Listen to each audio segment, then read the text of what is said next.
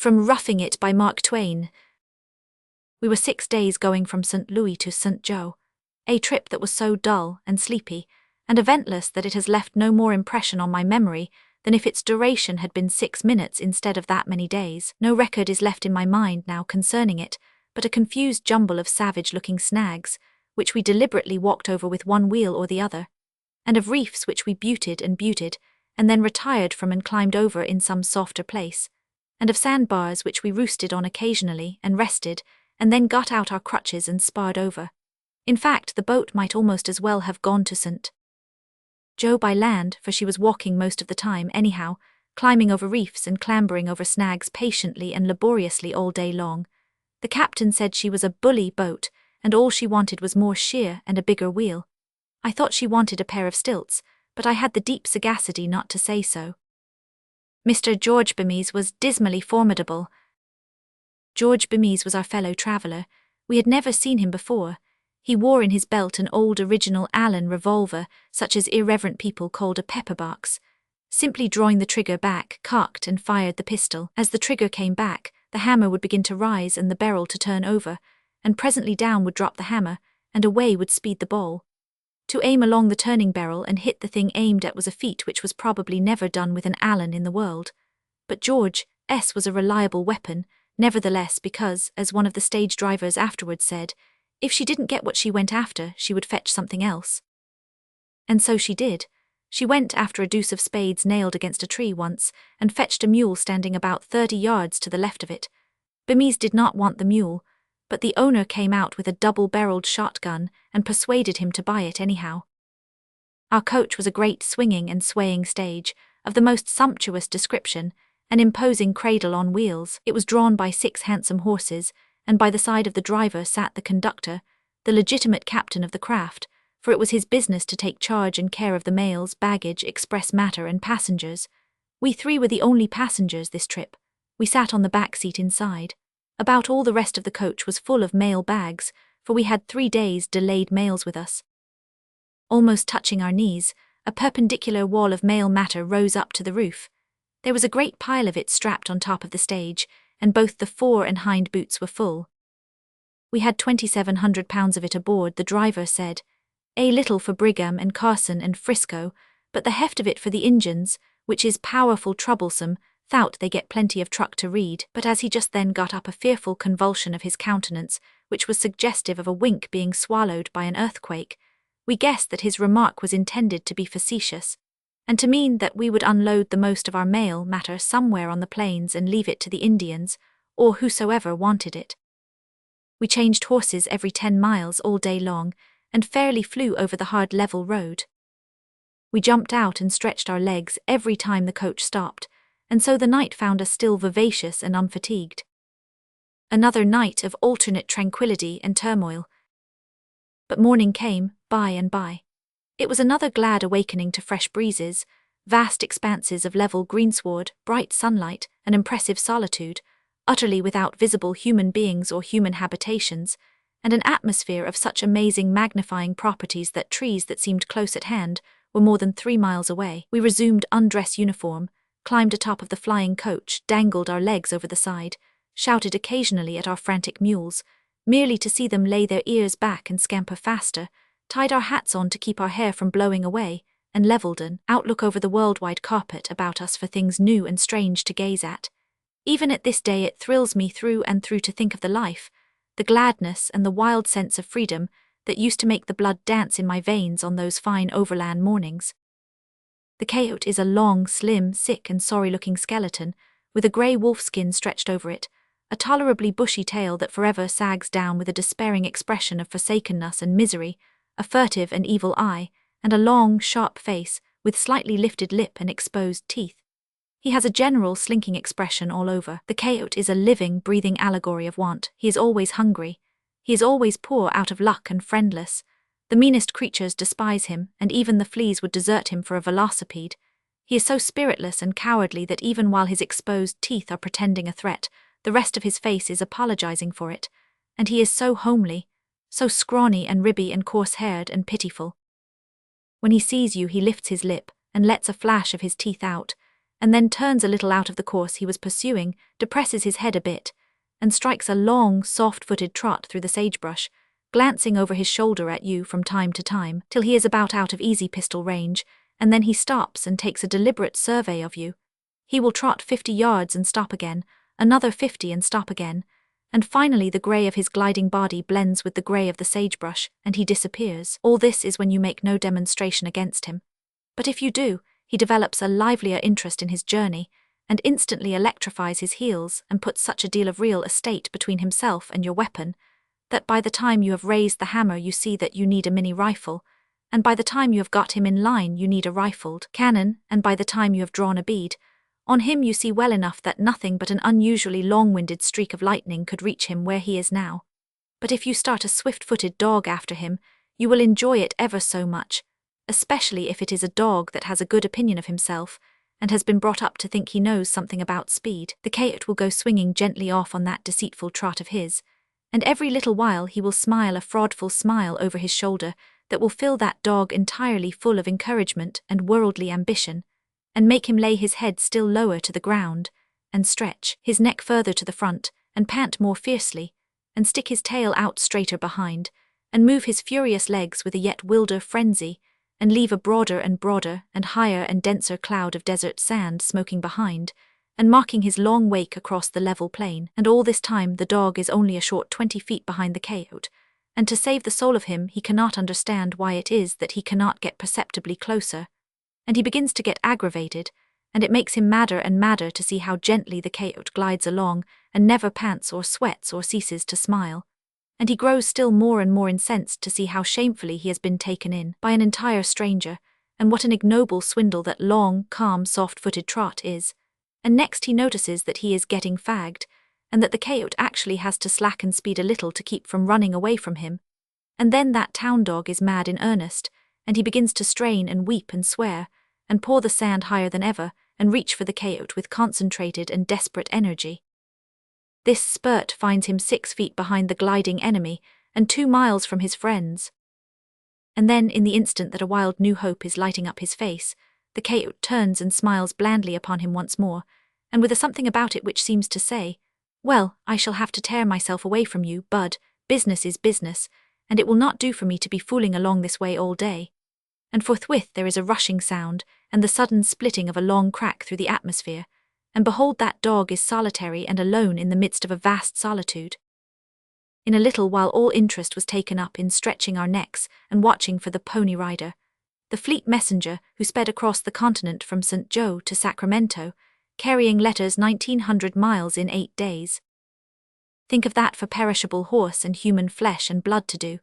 The pony rider was usually a little bit of a man, brimful of spirit and endurance, no matter what time of the day or night his watch came on, and no matter whether it was winter or summer, raining, snowing, hailing, or sleeting, or whether his beat was a level straight road or a crazy trail over mountain crags and precipices, or whether it led through peaceful regions that swarmed with hostile Indians, he must be always ready to leap into the saddle and be off like the wind.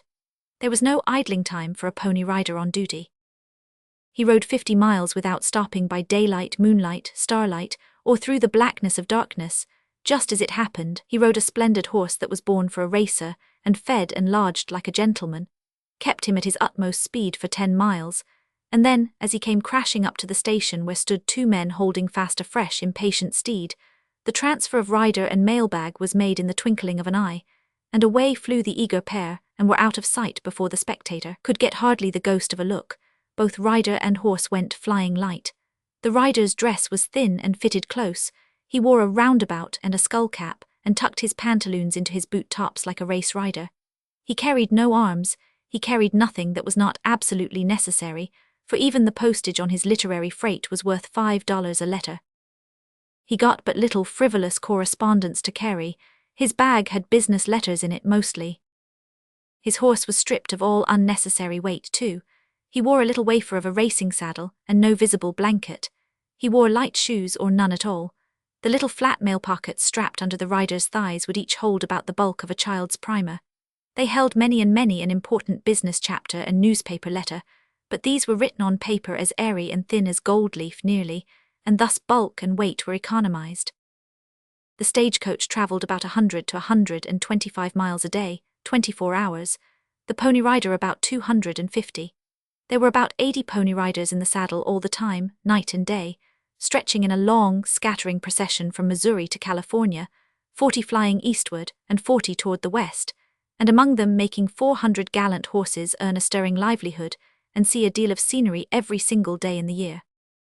We had had a consuming desire from the beginning to see a pony rider, but somehow or other all that passed us and all that met us managed to streak by in the night, and so we heard only a whiz and a hail, and the swift phantom of the desert was gone before we could get our heads out of the windows.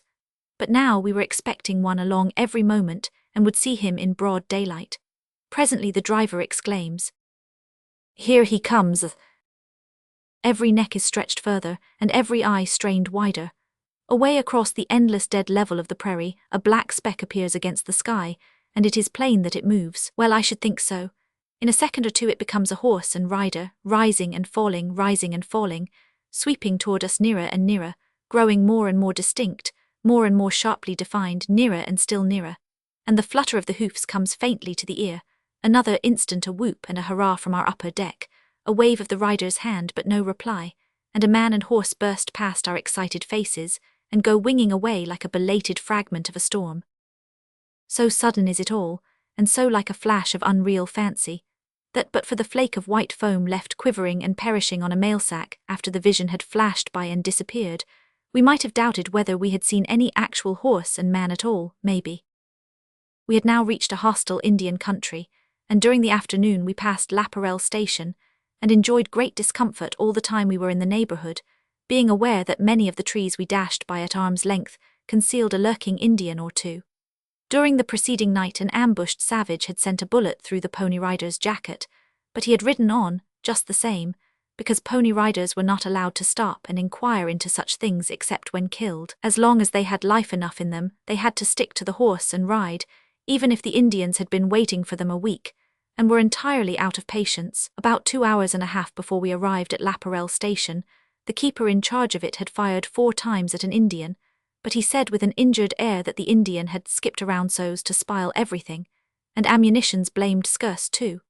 The most natural inference conveyed by his manner of speaking was that in skipping around, the Indian had taken an unfair advantage. We shut the blinds down very tightly that first night in the hostile Indian country and lay on our arms. We slept on them some, but most of the time we only lay on them. We did not talk much but kept quiet and listened. It was an inky black night and occasionally rainy. We were among woods and rocks, hills and gorges, so shut in fact, that when we peeped through a chink in a curtain we could discern nothing.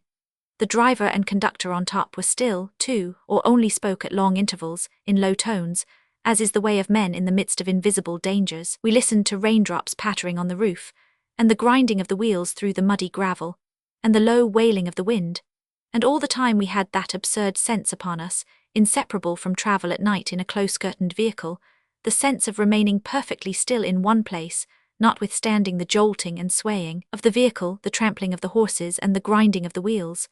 We listened a long time, with intent faculties and bated breath. Every time one of us would relax and draw a long sigh of relief and start to say something, a comrade would be sure to utter a sudden hark, and instantly the experimenter was rigid and listening again.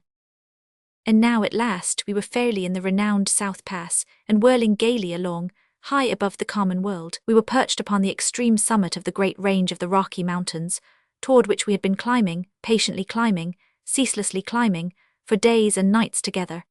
And about us was gathered a convention of nature's kings that stood 10, 12, and even 13,000 feet high, grand old fellows who would have to stoop to see Mount Washington in the twilight.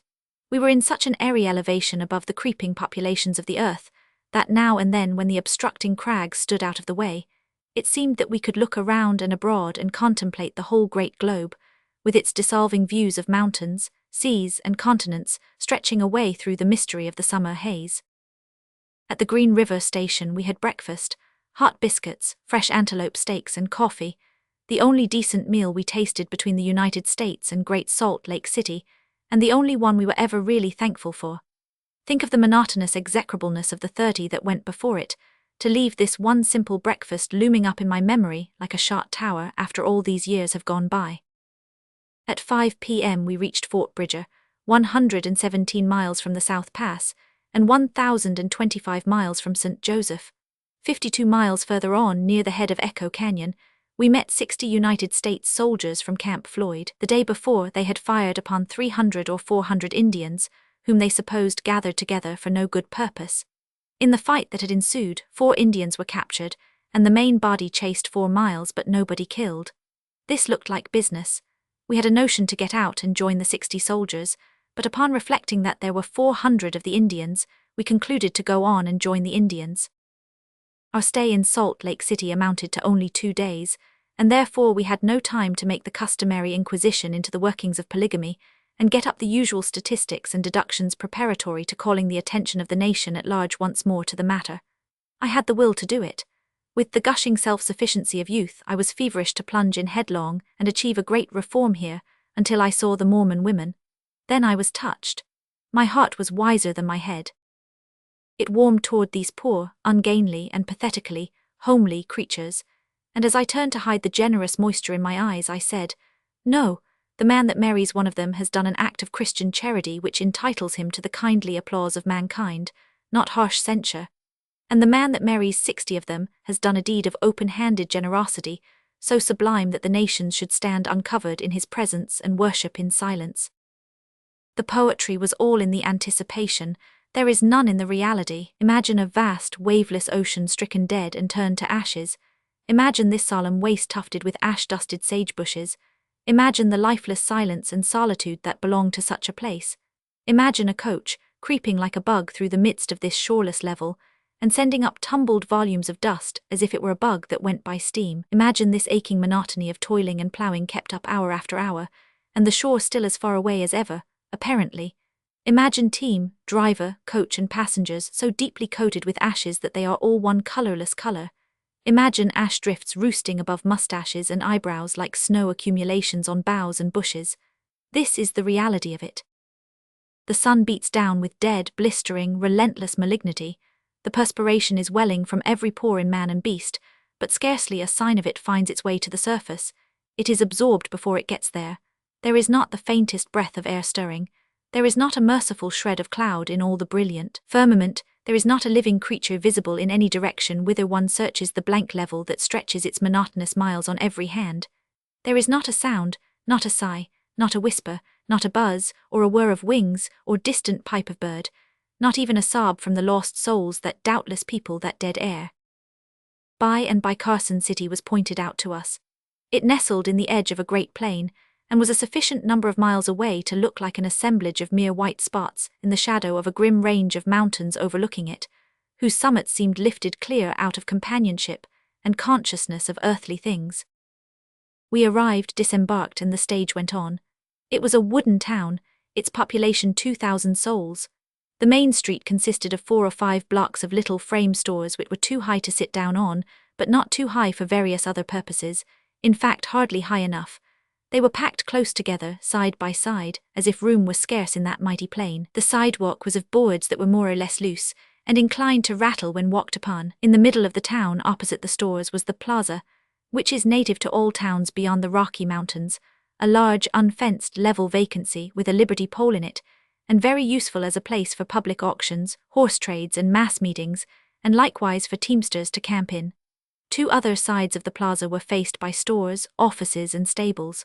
The rest of Carson City was pretty scattering. We were introduced to several citizens at the stage office and on the way up to the governor, from the hotel, among others to a Mr. Harris who was on horseback. He began to say something but interrupted himself with the remark, "I'll have to get you to excuse me a minute. Yonder is the witness that swore I helped to rob the California coach, a piece of impertinent intermeddling, sir, for I am not even acquainted with the man." Then he rode over and began to rebuke the stranger with a 6-shooter, and the stranger began to explain with another. When the pistols were emptied, the stranger resumed his work mending a whiplash, and Mr. Harris rode by with a polite nod, homeward bound, with a bullet through one of his lungs and several through his hips, and from them issued little rivulets of blood that coursed down the horse's sides and made the animal look quite picturesque. I never saw Harris shoot a man after that, but it recalled to mind that first day in Carson. 3 months of camp life on Lake Tahoe would restore an Egyptian mummy to his pristine vigor and give him an appetite like an alligator. I do not mean the oldest and driest mummies, of course, but the fresher ones. The air up there in the clouds is very pure and fine, bracing and delicious, and why shouldn't it be? It is the same the angels breathe. I think that hardly any amount of fatigue can be gathered together that a man cannot sleep off in one night on the sand by its side. Not under a roof, but under the sky. It seldom or never rains there in the summer time. I know a man who went there to die, but he made a failure of it. He was a skeleton when he came and could barely stand. He had no appetite and did nothing but read tracts and reflect on the future. 3 months later he was sleeping out of doors regularly, eating all he could hold 3 times a day, and chasing game over mountains 3,000 feet high for recreation. And he was a skeleton no longer, but weighed part of a ton. This is no fancy sketch, but the truth. His disease was consumption. I confidently commend his experience to other skeletons. As soon as we had eaten breakfast, we got in the boat and skirted along the lake shore about 3 miles and disembarked. We liked the appearance of the place, and so we claimed some 300 acres of it and stuck our notice on a tree. It was yellow pine timber land, a dense forest of trees 100 feet high and from 1 to 5 feet through at the butt. It was necessary to fence our property or we could not hold it. That is to say, it was necessary to cut down trees here and there and make them fall in such a way as to form a sort of enclosure, with pretty wide gaps in it. We cut down 3 trees apiece and found it such heartbreaking work that we decided to rest our case on those. If they held the property, well and good. If they didn't, let the property spill out through the gaps and go. It was no use to work ourselves to death merely to save a few acres of land. Next day we came back to build a house, for a house was also necessary in order to hold the property. We decided to build a substantial log house and excite the envy of the brigade boys. But by the time we had cut and trimmed the first log, it seemed unnecessary to be so elaborate, and so we concluded to build it of saplings. However, 2 saplings duly cut and trimmed compelled recognition of the fact that a still modester architecture would satisfy the law, and so we concluded to build a brush house. We devoted the next day to this work, but we did so much sitting around and discussing that by the middle of the afternoon we had achieved only a halfway sort of affair, which one of us had to watch while the other cut brush, lest if both turned our backs we might not be able to find it again. It had such a strong family resemblance to the surrounding vegetation. But we were satisfied with it. We slept in the sand close to the water's edge between 2 protecting boulders, which took care of the stormy night winds for us. We never took any paregoric to make us sleep. At the first break of dawn we were always up and running foot races to tone down excess of physical vigor and exuberance of spirits. That is, Johnny was, but I held his hat. While smoking the pipe of peace after breakfast we watched the sentinel peaks put on the glory of the sun, and followed the conquering light as it swept among the shadows, and set the captive crags and forests free. We watched the tinted pictures grow and brighten upon the water till every little detail of forest, precipice and pinnacle was wrought in and finished, and the miracle of the enchanter complete. Then to business. That is, drifting around in the boat. We were on the north shore. There the rocks on the bottom are sometimes grey, sometimes white. This gives the marvellous transparency of the water a fuller advantage than it has elsewhere on the lake. We usually pushed out 100 yards or so from the shore and then lay down on the thwarts in the sun, and let the boat drift by the hour whither it would. We seldom talked. It interrupted the Sabbath stillness, and marred the dreams the luxurious rest and indolence brought. So singularly clear was the water, that where it was only 20 or 30 feet deep, the bottom was so perfectly distinct that the boat seemed floating in air. Yes, where it was even 80 feet deep, every little pebble was distinct, every speckled trout, every hand's breadth of sand. Often, as we lay on our faces, a granite boulder as large as a village church would start out of the bottom apparently, and seem climbing up rapidly to the surface, till presently it threatened to touch our faces, and we could not resist the impulse to seize the oar and avert the danger. But the boat would float on and the boulder descend again, and then we could see that when we had been exactly above it, it must still have been 20 or 30 feet below the surface. Down through the transparency of these great depths, the water was not merely transparent, but dazzlingly, brilliantly so. All objects seen through it had a bright, strong vividness, not only of outline, but of every minute detail, which they would not have had when seen simply through the same depth of atmosphere. So empty and airy did all spaces seem below us, and so strong was the sense of floating high aloft in mid-nothingness, that we called these boat excursions balloon voyages. Sometimes, on lazy afternoons, we lolled on the sand in camp, and smoked pipes and read some old well-worn novels. At night, by the campfire, we played euchre and 7-up to strengthen the mind, and played them with cards so greasy and defaced that only a whole summer's acquaintance with them could enable the student to tell the ace of clubs from the jack of diamonds. We never slept in our house. It never occurred to us, for one thing, and besides it was built to hold the ground, and that was enough. We did not wish to strain it.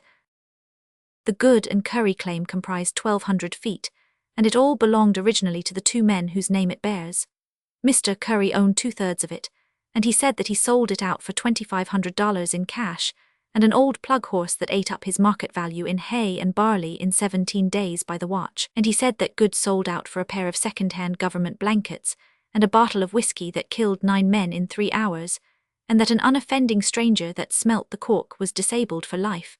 4 years afterward, the mine thus disposed of was worth in the San Francisco market $7,600,000 in gold coin.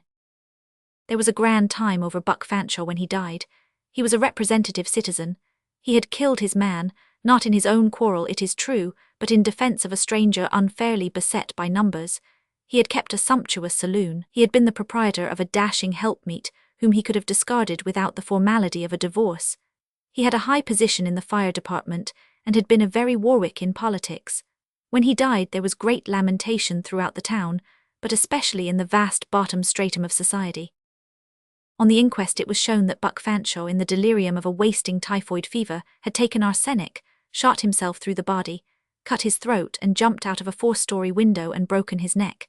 And after due deliberation, the jury, sad and tearful, but with intelligence unblinded by its sorrow, brought in a verdict of death by the visitation of God. What could the world do without juries? Prodigious preparations were made for the funeral.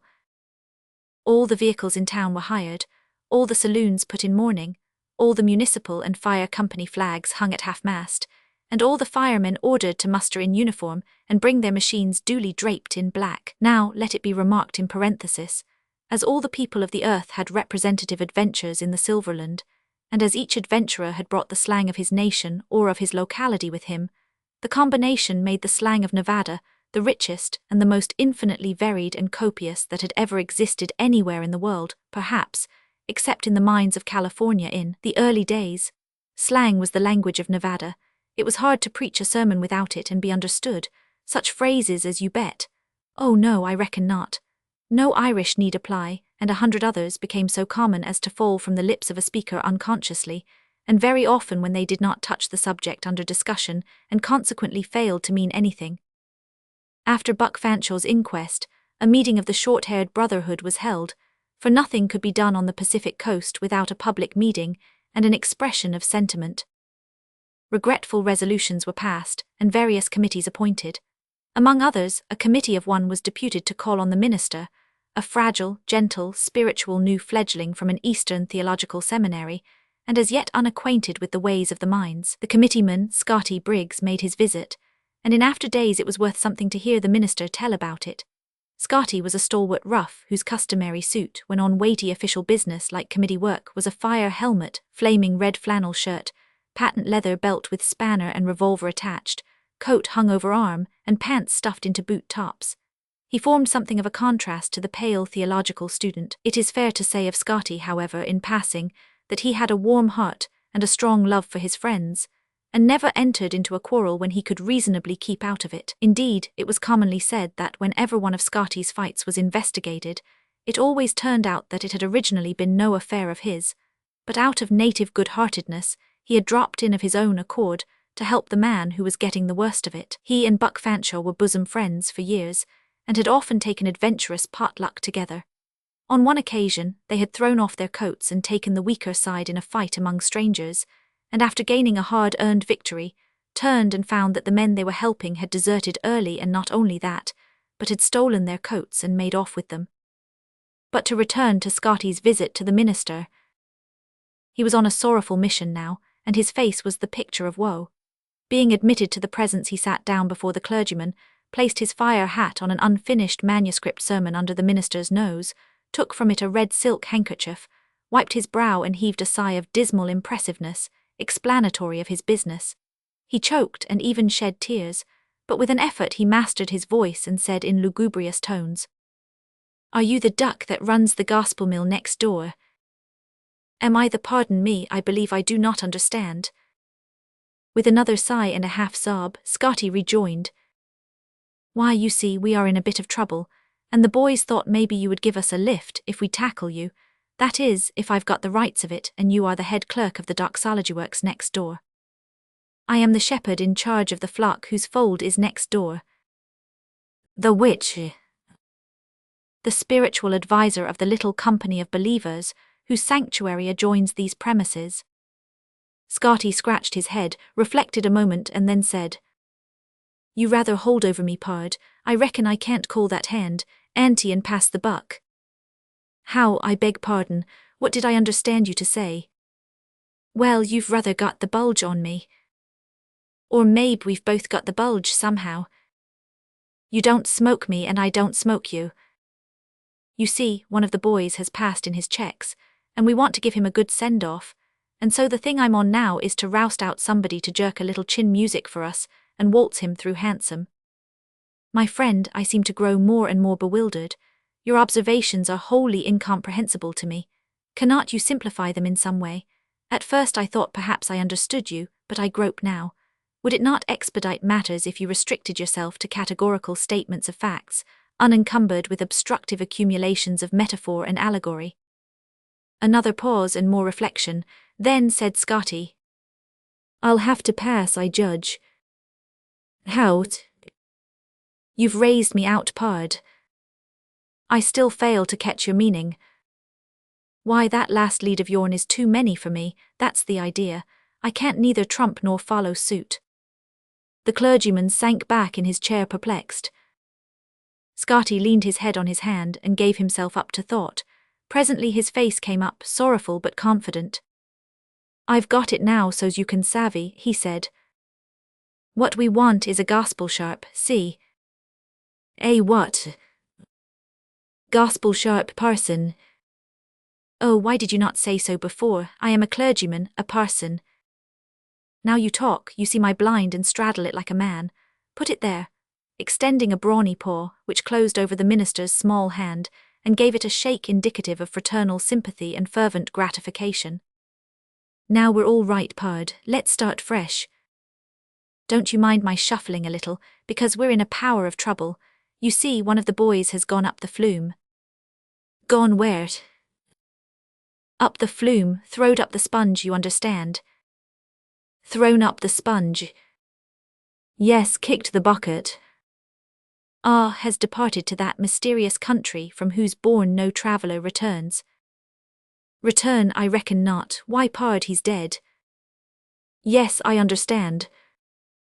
"Oh, you do? Well, I thought maybe you might be getting tangled some more.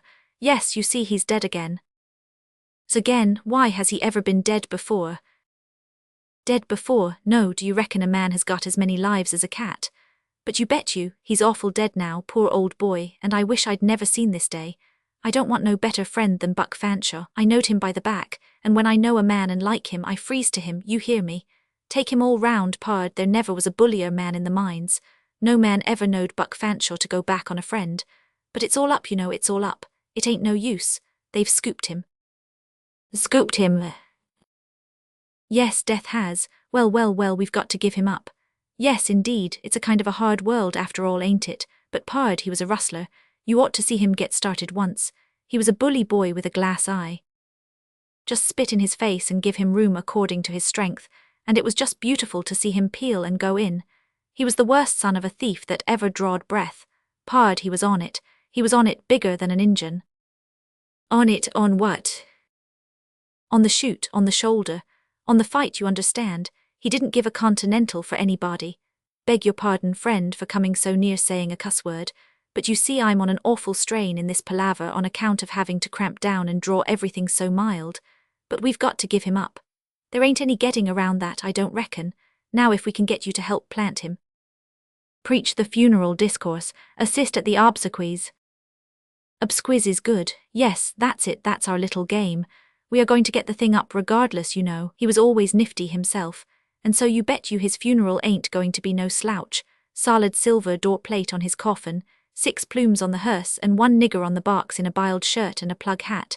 How's that for high? And we'll take care of you, pard. We'll fix you all right. There'll be a carriage for you, and whatever you want you just scape out and we'll tend to it.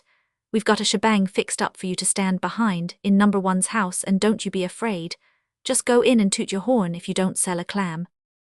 Put Buck through as bully as you can, pard, for anybody that knowed him will tell you that he was one of the whitest men that was ever in the mines. You can't draw it too strong. He never could stand it to see things going wrong. He's done more to make this town quiet and peaceable than any man in it. I've seen him lick 4 greasers in 11 minutes myself. If a thing wanted regulating, he warn't a man to go browsing around for somebody to do it, but he would prance in and regulate it himself. He warn't a Catholic. Scasely, he was down on 'em. His word was no Irish need apply, but it didn't make no difference about that when it came down to what a man's rights was. And so, when some roughs jumped the Catholic boneyard and started in to stake out town lots in it, he went for 'em. And he cleaned 'em too. I was there, pard, and I seen it myself. That was very well indeed. At least the impulse was, whether the act was strictly defensible or not, had deceased any religious convictions. That is to say, did he feel a dependence upon, or acknowledge allegiance to a higher power? More reflection. I reckon you've stumped me again, pard. Could you say it over once more and say it slow? Well, to simplify it somewhat, was he, or rather had he ever been connected with any organization sequestered for secular concerns, and devoted to self-sacrifice in the interests of morality? All down but 9, set him up on the other alley, pard. What did I understand you to say? Why, you're most too many for me, you know. When you get in with your left I hunt grass every time. Every time you draw you fill, but I don't seem to have any luck. Let's have a new deal. How'll begin again? That's it. Very well, was he a good man and... There, I see that. Don't put up another chip till I look at my hand. A good man, says you. Pard, it ain't no name for it. He was the best man that ever, pard, you would have doted on that man. He could lamb any galoot of his inches in America. It was him that put down the riot last election before it got a start, and everybody said he was the only man that could have done it. He waltzed in with a spanner in one hand and a trumpet in the other, and sent 14 men home on a shutter in less than 3 minutes. He had that riot all broke up and prevented nice before anybody ever got a chance to strike a blow. He was always for peace, and he would have peace. He could not stand disturbances. Pard, he was a great loss to this town. It would please the boys if you would chip in something like that and do him justice. Here once when the mix got to throwing stones through the Methodies, Sunday school windows, Buck Fanshawe, all of his own notion, shut up his saloon and took a couple of 6-shooters and mounted guard over the Sunday school. Says he no Irish need apply, and they didn't. He was the bulliest man in the mountains, pard. He could run faster, jump higher, hit harder and hold more Tanglefoot whiskey without spilling than any man in 17 counties. Put that in, pard, it'll please the boys more than anything you could say. And you can say, pard, that he never shook his mother. Never shook his mother. That's it, any of the boys will tell you so. Well, but why should he shake her? That's what I say, but some people does. Not people of any repute. Well, some that averages pretty so-so. In my opinion, the man that would offer personal violence to his own mother ought to. Cheese it, pard, you've banked your ball clean outside the string. What I was driven at was that he never throwed off on his mother, don't you see? No, indeedy. He give her a house to live in, and town lots, and plenty of money, and he looked after her and took care of her all the time. And when she was down with the smallpox, I'm d if he didn't set up nights and nuss her himself. Beg your pardon for saying it, but it hopped out too quick for yours truly. You've treated me like a gentleman, pard, and I ain't the man to hurt your feelings intentional. I think you're white. I think you're a square man, pard. I like you, and I'll lick any man that don't. I'll lick him till he can't tell himself from a last year's corpse. Put it there, another fraternal handshake, and exit. The obsequies were all that the boys could desire. Such a marvel of funeral pomp had never been seen in Virginia. The plumed hearse, the dirge-breathing brass bands, the closed marts of business, the flags drooping at half-mast, the long, plodding procession of uniformed secret societies, military battalions and fire companies, draped engines, carriages of officials, and citizens in vehicles and on foot, attracted multitudes of spectators to the sidewalks, roofs, and windows, and for years afterward, the degree of grandeur attained by any civic display in Virginia was determined by comparison with Buck Fanshaw's funeral.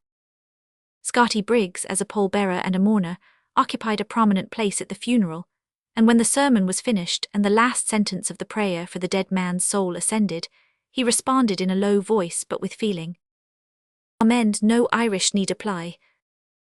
We lived in a small cabin on a verdant hillside, and there were not 5 other cabins in view over the wide expanse of hill and forest. Yet a flourishing city of 2,000 or 3,000 population had occupied this grassy dead solitude during the flush times of 12 or 15 years before, and where our cabin stood had once been the heart of the teeming hive, the center of the city. When the mines gave out, the town fell into decay, and in a few years wholly disappeared, streets, dwellings, shops, everything, and left no sign. The grassy slopes were as green and smooth and desolate of life as if they had never been disturbed. The mere handful of miners still remaining had seen the town spring up, spread, grow, and flourish in its pride, and they had seen it sicken and die and pass away like a dream. With it their hopes had died, and their zest of life. They had long ago resigned themselves to their exile, and ceased to correspond with their distant friends or turn longing eyes toward their distant homes. They had accepted banishment, forgotten the world and been forgotten of the world. They were far from telegraphs and railroads, and they stood as it were in a living grave, dead to the events that stirred the globe's great populations, dead to the common interests of men, isolated and outcast from brotherhood with their kind. It was the most singular, and almost the most touching and melancholy exile that fancy can imagine. Nearby is an interesting ruin, the meagre remains of an ancient temple, a place where human sacrifices were offered up in those old bygone days when the simple child of nature, yielding momentarily to sin when sorely tempted, acknowledged his error when calm reflection had shown it to him, and came forward with noble frankness and offered up his grandmother as an atoning sacrifice, in those old days when the luckless sinner could keep on cleansing his conscience and achieving periodical happiness as long as his relations held out. Long, long before the missionaries braved 1,000 privations to come and make them permanently miserable by telling them how beautiful and how blissful a place heaven is, and how nearly impossible it is to get there, and showed the poor native how dreary a place perdition is, and what unnecessarily liberal facilities there are for going to it, showed him how, in his ignorance, he had gone and fooled away all his kinsfolk to no purpose, showed him what rapture it is to work all day long for 50 cents to buy food for next day with, as compared with fishing for a pastime and lolling in the shade through eternal summer, and eating of the bounty that nobody labored to provide but nature. How sad it is to think of the multitudes who have gone to their graves in this beautiful island and never knew there was a hell. The president is the king's father. He is an erect, strongly built, massive-featured, white-haired, tawny old gentleman of 80 years of age or thereabouts. He was simply but well dressed in a blue cloth coat and white vest, and white pantaloons without spot, dust, or blemish upon them. He bears himself with a calm, stately dignity, and is a man of noble presence. He was a young man and a distinguished warrior under that terrific fighter, came hame her eye, more than half a century ago. A knowledge of his career suggested some such thought as this. This man, naked as the day he was born, and war-club and spear in hand, has charged at the head of a horde of savages against other hordes of savages more than a generation and a half ago, and revelled in slaughter and carnage, has worshipped wooden images on his devout knees, has seen hundreds of his race offered up in heathen temples as sacrifices to wooden idols, at a time when no missionary's foot had ever pressed this soil, and he had never heard of the white man's God, has believed his enemy could secretly pray him to death, has seen the day in his childhood when it was a crime punishable by death for a man to eat with his wife, or for a plebeian to let his shadow fall upon the king, and now look at him, an educated Christian, neatly and handsomely dressed, a high-minded, elegant gentleman, a traveller in some degree, and one who has been the honoured guest of royalty in Europe, a man practised in holding the reins of an enlightened government, and well versed in the politics of his country and in general practical information. Look at him, sitting there presiding over the deliberations of a legislative body, among whom are white men, a grave, dignified, statesman-like personage, and as seemingly natural and fitted to the place as if he had been born in it and had never been out of it in his lifetime. How the experiences of this old man's eventful life shame the cheap inventions of romance. Quite a broad tract of land near the temple, extending from the sea to the mountain, was sacred to the god Lono in olden times, so sacred that if a common native set his sacrilegious foot upon it, it was judicious for him to make his will, because his time had come. He might go around it by water, but he could not cross it. It was well sprinkled with pagan temples, and stocked with awkward, homely idols carved out of logs of wood. There was a temple devoted to prayers for rain, and with fine sagacity it was placed at a point so well up on the mountainside that if you prayed there 24 times a day for rain, you would be likely to get it every time. You would seldom get to your amen before you would have to hoist your umbrella. Presently vagrant white clouds came drifting along, high over the sea and the valley. Then they came in couples and groups, then in imposing squadrons. Gradually joining their forces, they banked themselves solidly together, 1,000 feet under us, and totally shut out land and ocean. Not a vestige of anything was left in view, but just a little of the rim of the crater, circling away from the pinnacle whereon we sat, for a ghostly procession of wanderers from the filmy hosts, without had drifted through a chasm in the crater wall, and filed round, and gathered and sunk and blended together till the abyss was stored to the brim with a fleecy fog. Thus banked, motion ceased and silence reigned, clear to the horizon, league on league, the snowy floor stretched without a break, not level, but in rounded folds with shallow creases between, and here and there stately piles of vapoury architecture lifting themselves aloft out of the common plain, some near at hand, some in the middle distances, and others relieving the monotony of the remote solitudes. There was little conversation, for the impressive scene overawed speech. I felt like the last man neglected of the judgment and left pinnacled in mid-heaven, a forgotten relic of a vanished world.